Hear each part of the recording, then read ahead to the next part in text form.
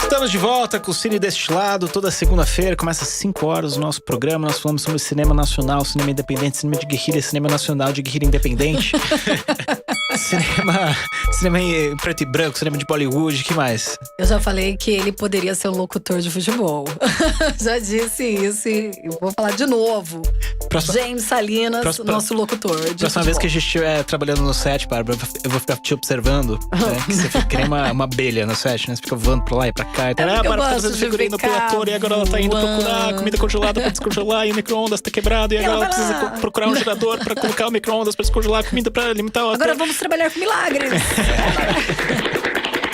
Bom, estamos aqui com o diretor e roteirista Breno Castello, também ator, né? Principalmente ator, né, Breno? Eu diria que você quer ser mais ator do que roteirista e diretor. Eu acho que foi a minha primeira paixão no mundo do cinema, foi a atuação, né? A atuação mesmo. Então, estamos aqui com o Breno, porque hoje, né, agora há pouco, inclusive ainda está na Premiere aqui, né? Eu tava acompanhando aqui pelo YouTube a Premiere do filme dele, Noite Escura da Alma, já tá aqui nos 30 minutos iniciais do filme. E tá chegando numa cena pesada aqui, que eu gosto bastante. Eu editei esse filme pro Breno, né? A gente trabalhou junto aqui fazendo. E a sinopse do Noite Escura da Alma, o Augusto, né, que é o caso do personagem do Breno, é um empresário muito bem sucedido cuja vida gira em torno de sua família. Após uma visão perturbadora de uma profecia demoníaca, sua vida perfeita entra em uma espiral de paranoia, violência e terror. É um filme de terror, o Breno lançou no YouTube, né? Então em vez de procurar uma distribuidora, em vez de tentar achar um VOD, em vez de tentar inscrever em festivais, ficar um ano correndo em festivais pra depois tentar vender pra VOD, você decidiu lançar direto no YouTube. Bom, só cortando rapidinho uma coisa que você falou sobre a distribuição, né? Eu percebi que quando teve a chamada de que teria uma premiere hoje, algumas pessoas falaram sobre isso, né? Por que não festivais primeiro, né? Foi algo que você pensou? Foi algo que você quis? Ou você disse, não, esse primeiro eu quero que esteja disponível para todos? Como que foi essa escolha para a Premiere ser hoje pelo YouTube? Eu acho que… Fiquei pensando, né, cara? É um privilégio da nossa geração ter esse mecanismo que é o YouTube. Eu fiquei pensando, sabe, os meus heróis da década de 60, 70, né? Tudo que eles mais queriam. Todo mundo, quer dizer, a maioria das pessoas começa fazendo um filme independente, eu acho que até uma medalha de honra, né? De botar no peito. E ali você ficava restrito a um circuito pequeno de sala de cinema e sem dinheiro para publicidade. Então, eu acho que, sabe, é um privilégio da nossa geração ter um mecanismo que disponibiliza, conecta milhões de pessoas para assistir de graça o teu produto. Eu fiquei pensando, cara, o que eu quero agora é que as pessoas reajam ao filme. Então eu acho que essa é a melhor plataforma, porque senão eu ia entrar num processo de convencimento, negociação de meia dúzia de distribuidoras aqui, e aí ia pro VOD, quem é que vai pagar R$12 para assistir um filme que não tem… Um filme independente, que não tem nada, nenhum grande nome. Vamos trabalhar com a realidade, né? E o circuito de festivais também é algo… Ainda mais que é um filme de gênero, né? Não tem tantos festivais no Brasil nem no mundo. E eu falei, não quero ficar com esse filme mais um ano parado, esperando, né? Correndo o risco de talvez ele não ir bem em festivais, porque vai saber, né? Como é que… A reação. Então eu falei, cara, eu acho que eu tenho uma sorte, privilégio de estar nesse momento, né? Cara, eu fico vendo muitas pessoas, fizeram muitos jornalistas, você tá vendo, cara, o YouTube tá lançando a carreira de uma galera, né? Então, não só no cinema, acho que o cinema ainda não foi muito aproveitado nesse sentido. E eu falo, se não for uma Noite Escura da Alma, ainda vai vir alguém que vai tipo, se catapultar através dessa plataforma, que ela é maravilhosa, cara. Ali disponível, de fácil acesso para todo mundo, democrática. Democrática, as pessoas vão o tempo todo no YouTube, sabe? O YouTube faz parte de… Quantas vezes você não acessa o YouTube durante o dia pra ver Até a rádio se revolucionou pelo YouTube, né? Hoje em dia as pessoas mais assistem vídeos no YouTube depois das rádios do que de fato ouvem o programa. Então, eu acho que, cara, você tem que aproveitar a onda, né? Eu achei uma escolha interessante. Eu tava lendo que o Robert Rodrigues, né? Ele é o cara que fez o El Mariachi, né? E depois, né, esse filme acabou sendo distribuído pela Sony, se não me engano. E foi refilmado, né? Fizeram o Balada do Pistoleiro com o Antônio Bandeiras. E meio que iniciou a carreira do Robert Rodrigues, né? E ele fez esse filme vendendo sangue, vendendo fluidos corporais, né? E ele meio que… Ele conheceu o ator que faz o vilão do filme enquanto eles estavam doando sangue juntos. Então é uma história muito interessante esse filme. E ele fez esse filme com $7 mil, né? Isso aqui é muito interessante. Eu fiz uma conversão desses $7 mil para reais, incluindo a inflação, e dá R$40 mil. É o que a gente precisa. E é meio que a gente precisa fazer um cinema de guerrilha em que todo mundo trabalha de graça, só alimentação e transporte, né? Eu não sei quanto foi nem se você quer falar quanto foi o orçamento do seu filme, mas… No final das contas vai estar girando em torno de 90 mil, mas pra produção foi algo entre 50 e acho que 60 mil no final. Mas esse valor, né, dos R$40 mil, metade desse orçamento dele, R$20 mil, foi pra negativo, né? Porque era filme mesmo, pra revelar aí processos de revelar o filme que ele não tinha como fazer em casa, né? Ele editou o filme, ele fez a trilha, ele fez não sei o quê, mas ele não tinha como revelar. Então… Ele editava, eu vi ele falando uma coisa muito interessante, ele falou que era bem mais difícil, né, na época dele fazer um filme independente. E isso também agregava valor, porque ele não tinha muita gente pra competir. É que no caso dele eu chamei ele de guerrilha mesmo, né? Sim, porque $7 mil é nada. E daquela época não tinha os programas, que eu falo dessa coisa da revolução tecnológica, né? Os programas de edição acessíveis, as câmeras acessíveis, mas também criou um problema pro cinema independente, porque hoje em dia muitos mais filmes independentes são feitos. Ele falou sobre isso, ele falou, cara, se meu filme fosse feito hoje, não ia ter chamado tanta atenção. Porque naquela época era muito difícil fazer um filme independente, então só de ele ter feito razoavelmente, já era um milagre. Na verdade, é muito mais que guerrilha, né? Já chega a ser um filme artesanal, porque você é feito ali, né? Ele editava na câmera. Coisa Ele editava no corte ele é um cara olho. ele tinha uma visão muito específica, né? Então, tem duas coisas que me marcam muito. Eu tô falando desse filme porque depois a gente vai fazer o link com o Noite Escura, né? Mas ele fazia duas coisas, né? Primeiro que quando errava o take, ele continuava filmando. Porque ele sabia que ele podia usar a primeira parte daquele take depois juntar. Do corte, né? Tanto que é um filme um pouco difícil de assistir, né? A versão original do Mariachi é um filme com muitos cortes, assim, mas dá certo. E considerando, né, como foi feito, você dá muito braço a torcer. E a segunda coisa que ele falou que ele recusava gastar um centavo, né? Então, eu conheço.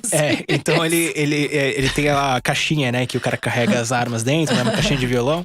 Ele falou que no terceiro dia a caixa rasgou, né? E aí ele ia ter que gastar $5 pra comprar uma lata de spray preto pra pintar a caixa de violão. E ele decidiu não gastar aqueles $5. Então todas as cenas que aparece a caixa de violão, ela tá virada pro lado, que é pra não parecer que ela tá rasgada, entendeu? Chama produção. Então você assistindo esse filme sabendo desse detalhe, né? Você começa a dar muito braço a torcer que o filme é foda. Eu tô falando disso tudo, né? Porque, Breno, né? E você tá falando aqui né?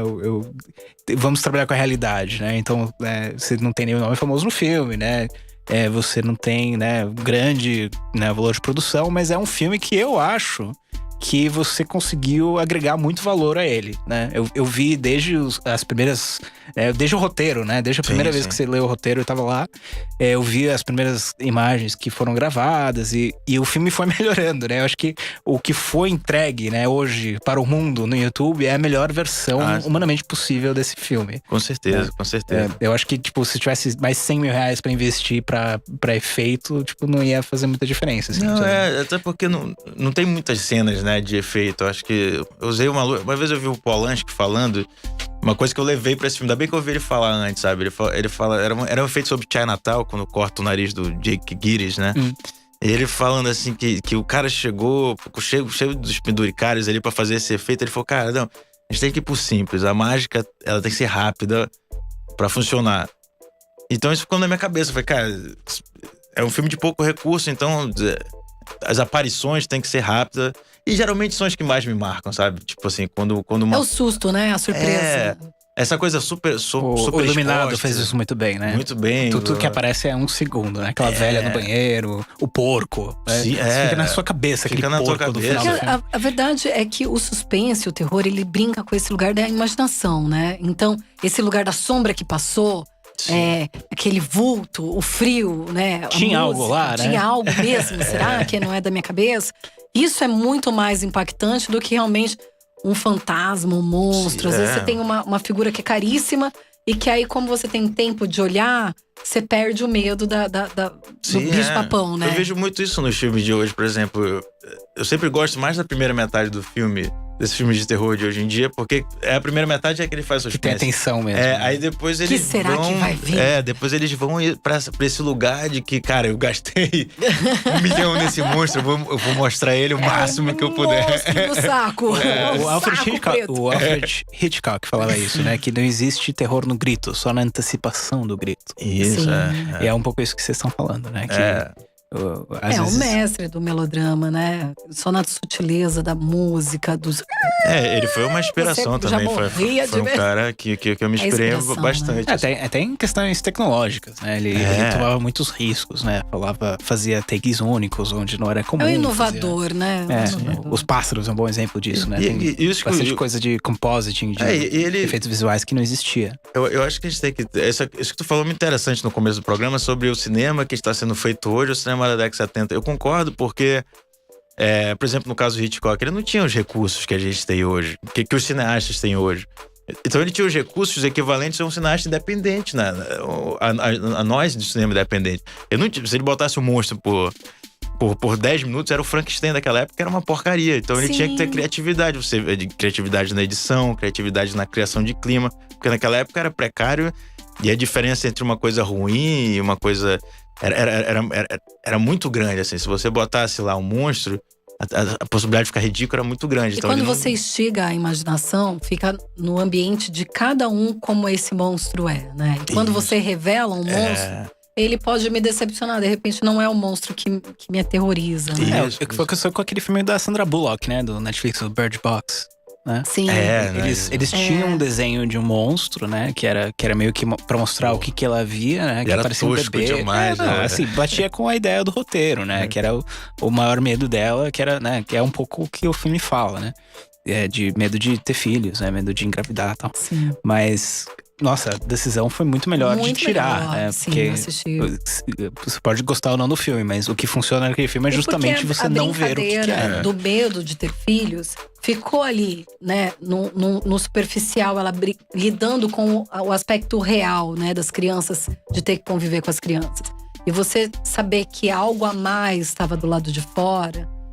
que, na verdade, nada tá do lado de fora que já não tá do lado de dentro. Então, representar essa figura acaba realmente perdendo esse brilho, esse viés do suspense, né? Porque… Eu acho que é a grande diferença do Alien, né? O primeiro filme do Alien, né? Eu assisti agora, esse sábado. É um filme perfeito, né? Tu viu? Eu assisti no Cinemark sábado. E eu fiquei pensando, falei, cara, é perfeito mesmo. E o Alien, cara, se tu somar as aparições do Alien, não deve dar 1 minuto. Sério, é tudo muito rápido. É muito rápido. Porque ainda também trabalha, mesmo tendo a figura dele, que é muito original, ele ainda, a aparição dele, ele é durante pouco tempo. Muito pouco. Assim, e são coisas práticas, né? Ele só olha pra cima, né? Ele faz meio que um… ele vai embora. Ele faz um bu, né? E assim, você assiste o Covenant, né? Porra, ele parece em CGI lá, 25 minutos, que é a parada, e não é a mesma intensidade. Porque eu fiquei prestando atenção nisso. Assim, tem um plano que o Alien aparece mais… E se ele mostrasse muito tempo, tu ia ver a tosqueira da roupa. Que era o cara ali. Aí então, você ia perder aí hoje em dia, susto só que ele faz, que é divino. Que é genial, cara. É um filme genial. Eu falei, cara… E aí esses agora que tem todas essas condições, acabam mostrando demais, aí… Sabe, perdeu aquele clima. Eu acho que essa antecipação, como vocês falaram… Bom, e acho que isso também fala muito bem do seu filme, né? Essas coisas aparecem rapidamente e sorrateiramente durante o filme, né? Acho que tem, sei lá, 3 cenas absurdamente pesadas, né? Que já até discutiu em diversas ocasiões, né? O quanto que a gente deixa mais leve o filme. Você chegou a assistir o… Só um pedaço. Eu sei, eu sou horrível, eu sou uma pessoa odiosa. Mas é um filme pesado, é um filme perturbador. Eu tô bem curioso, assim, o que vai ser o resultado, né? Das pessoas. Eu espero que… Eu vou assistir agora. Ele tá agora online, eu vou assistir com todo mundo. Eu espero que você consiga encontrar o seu público rapidamente no YouTube, assim, né? Mas pô, foi super divertido, assim, editar o filme também. Achei que foi bacana. Mas me conta um pouco da produção. Então, esse filme foi filmado em Manaus. Foi filmado em Manaus. Por que Manaus? Foi mais fácil filmar em Manaus do que em São Paulo? Porque a minha família é de Manaus, né? Aí você já tinha casa, comida e roupa lavada lá e… Eu falei, cara, esse é um filme que eu preciso de toda a estrutura que eu puder, né? Então tá perto dos meus pais ali. Já tinha carro, emocional, já tinha gasolina. também, por exemplo, né? porque essa coisa assim, eu tinha o carro lá. Aí eu já tinha mapeado algumas situações, por exemplo. E, cara, é muito importante no cinema independente você mapear algumas situações, assim, tipo, locações. Locações é algo… E não só a estrutura dos meus pais, mas eu tenho uma rede de amigos muito grande que eles foram também essenciais. Por exemplo, uma semana antes, eu não tinha a locação principal, que se passa 50% do filme. Ia ser Só. Só. Ia ser uma outra locação e por algum motivo que eu não lembro agora, não tava 100% fechada, e eu fui tomar uma cachaça com um brother meu. Na verdade, eu fui jogar bola com os amigos, e depois teve o aniversário de um amigo. Foi uma grande coincidência, esse grande amigo meu chegou. Então a gente ficou lá tomando cerveja e conversando até altas horas. E aí ele comentou assim pra mim, falou, cara, é o Gabriel Nunes, comentou, pô, meus pais vão viajar, vão passar um mês fora e tal. E aí eu pensei assim, aí eu falei, porra, vai fazer muito rock, né, lá. Tipo, nem pensei na hora no filme. E aí, por coincidência, ele esqueceu a carteira no meu carro, fui deixar ele em casa. Aí no outro dia eu tava tomando banho antes de deixar a carteira pra ele. Eu pensei, cara, os pais dele vão passar um mês fora. E a casa dele é perfeita pro filme. Trabalhamos com milagres. E aí, cara, uma semana antes, aí ele foi, ele liberou geral, assim, a galera fez todo mundo da equipe se sentir em casa. E aí, outros pontos, né? Eu tinha uma locação de um outro amigo, Felipe, que cedeu um escritório que ele tinha feito novinho, cara. Que ele ia fazer o escritório de advocacia dele. Acho que ele nem tinha usado aquele escritório. E servia perfeito também pro status social do personagem e tudo mais. Aí o escritório do meu pai também, que casava bem com isso. Então eu mapeei essas situações e falei, cara, aqui eu ia ter que pagar, ou ia ser muito mais difícil de conseguir. E aí também eu tinha um contato que eu sabia que eu poderia conseguir o contato de uma produtora para aluguel de equipamento lá. Então essas coisas eu falei, caramba, lá é o lugar para eu fazer. Além da estrutura emocional e tudo mais, dos meus pais ali perto.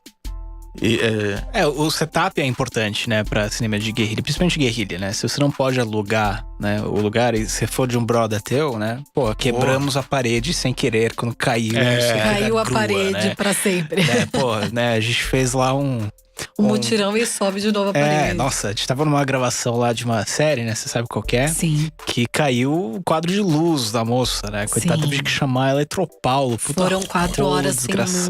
Ela tinha acabado de comprar casa nova, casado, coisas desse tipo. Mas eu aconselho as pessoas do cinema independente, não falem isso pros teus amigos. Fala tipo, cara, geralmente não acontece nada. Não, a gente faz o oposto, né? Somos apaixonados pelos nossos amigos. Obrigada, amigos. Até porque senão eles deixam de ser seus amigos, né? Se você chega lá e fala, deixa eu gravar na sua casa, engana, né? Você perde a amizade, melhor você destrói já a casa do cara, toma o processo. Não, a gente fala antes, é o fim do mundo. Fim do mundo. Né? Você vai ter um monte de coisa lá, você não vai demorar um mês pra você recuperar a sua casa. Né? É um saco, vai sobrar alguma coisa pra você gastar, sim. Começamos sempre, né? Assim, serão 2 diárias, 5 diárias que eu disse, né? 10 diárias que eu disse. Era só até a meia-noite, 1 hora, 2 horas, 3 horas, até meio-dia do dia seguinte. Aí você termina de filmar, o cara não fala com você por 6 meses, né? Aí você convida ele pra estreia. Aí parece que lavou a alma, né? O cara vê a casinha dele lá, na tela grande, né? Fica feliz da vida. Não, vamos fazer a próxima. Aí ele fala, só que ele fala, vamos fazer a próxima e já morde a língua, né? Tipo, oi.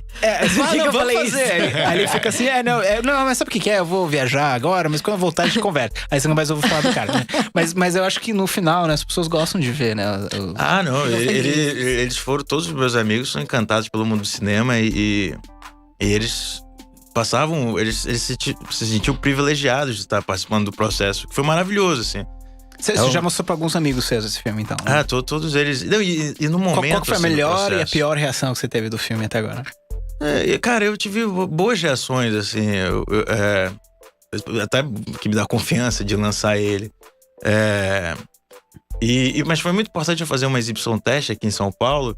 que eu tive boas e alguns detalhes a galera falava, cara, teu filme tem muito potencial, mas eu sinto um gargalo aqui e tal. E que era um gargalo. As pessoas que não entenderam o filme na época. Que não entenderam o filme e que achavam que o filme, no começo, ele fugia muito do terror. E eu fiquei pensando sobre isso. Pra quem não assistiu ainda, né? Que é a grande maioria, né? O filme pega mesmo depois de quanto tempo? 50 minutos? Ele pegava nos 20 minutos. Ele começava a ficar mais terror em torno dos 20 minutos. Parte da minha influência é o cinema da década de 70. O cinema da década de 70, 60, ele não se preocupa muito em te dar uma injeção de adrenalina no começo do filme, como os filmes de hoje em dia se preocupam. Eles eram, se você ver, qual eram minhas inspirações? O Iluminado, Bebê de Rosemary, próprios Drácula, né? Então esses filmes, Angel Heart e tal, então esses filmes eles não se preocupam em te adrenalizar logo no começo, eles se preocupam em contar a história, que eu acho que era uma coisa daquela geração mesmo. Hoje as coisas são muito rápidas, você tem que dar um... Bom, show de bola. Breno, a gente volta daqui a pouquinho, vamos fazer um pequeno intervalo comercial, vai ter mais uma música também, né, Pazotto? Mais uma música também? Não, nós já estamos no final. Não, só música. Ah, só música. Então vamos pra nossa próxima música. Eu quero falar Passa mais tão do rápido, filme. né? A gente tá tão feliz aqui que podia ter durado 4 horas. Na nossa próxima música é um trio instrumental de rock fusion brasileiro, com 3 músicas autorais em 2017. A banda chama Três Tento e essa música chama Puxa Frango. Você está na Rádio Geek, apaixonados por tudo. Você está na Rádio Geek, meu.